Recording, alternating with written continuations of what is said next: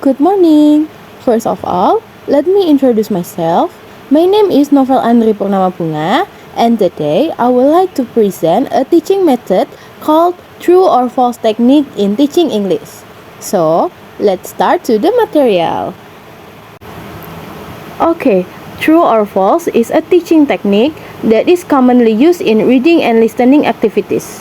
In this technique, students read or listen to a text and then they decide whether the statement given are true, false, or sometimes not given. Even though it looks simple, this technique actually trains students to focus on meaning. So, students are not only reading words, but they are also trying to understand whether the information is correct or not based on the text. This is why the technique is very useful in teaching comprehension. Okay, the main purpose of this technique is to check student understanding of a text or audio. By using true or false question, teachers can see if students understand the main ideas and details. It also helps students focus on important information. Instead of reading without thinking, they learn to find a key points. In addition, this technique develops simple critical thinking. Students must decide carefully if a statement is correct or not. It also makes learning more active because students are thinking and responding, not just listening. Okay, next, skill develop. These activities help students develop several skills. First, reading skills, because students need to understand the text. Second, listening skills, if the teacher uses audio. Third, critical thinking, because students analyze the information. Fourth, attention to details, because small information can change the answer. So, this simple activity actually trains multiple skills at the same time. Okay, now I will explain the procedure of using true or false in the classroom. First, the teachers prepare a text or audio. The text should be simple and suitable for student level. Second, the teacher asks students to read or listen carefully. At this stage, students should focus and try to understand the context. And third, the teacher gives several statements related to the text. This statement can be written on the board, paper, or slide. Fourth, students decide whether each statement is true or false. They can work individually or in group. Finally, the teacher discusses the answer with the students. The teacher can ask students to explain their answer, so they practice speaking and reasoning.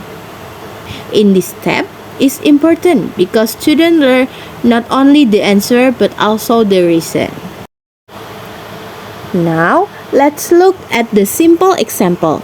The text is, Annie goes to school at 7 a.m. every day. She studies English and math at school.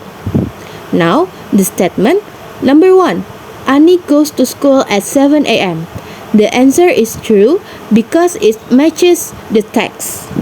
Number 2, Annie goes to school at 9 a.m. The answer is false because the text says 7 a.m., not 9 a.m.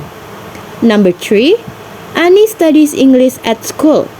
The answer is true because it is clearly mentioned in the text. In this activity, students do not only choose true or false, but they can also explain their answer.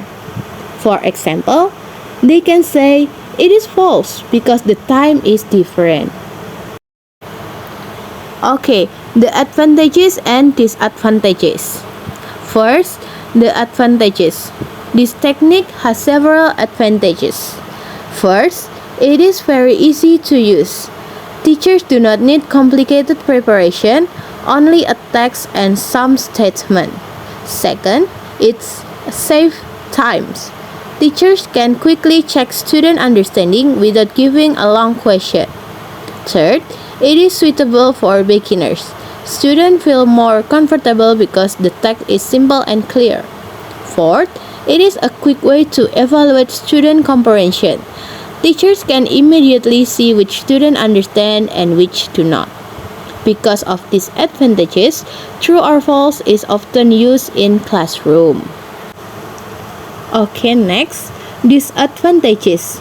However, this technique also has some disadvantages. First, students may guess the answer because there are only two options. They can answer without really understanding the text. Second, it does not promote deep learning. Students only choose true or false, so they may not fully analyze the text. Third, it gives limited speaking practice. If the teacher do not ask for explanation, students only answer without speaking. So the teacher needs to improve the activity to make it more effective. Okay, next, tips. To make this technique more effective, teacher can use some tips. First, use simple and clear text that match student level. Second, avoid questions that are too easy, so students cannot just guess.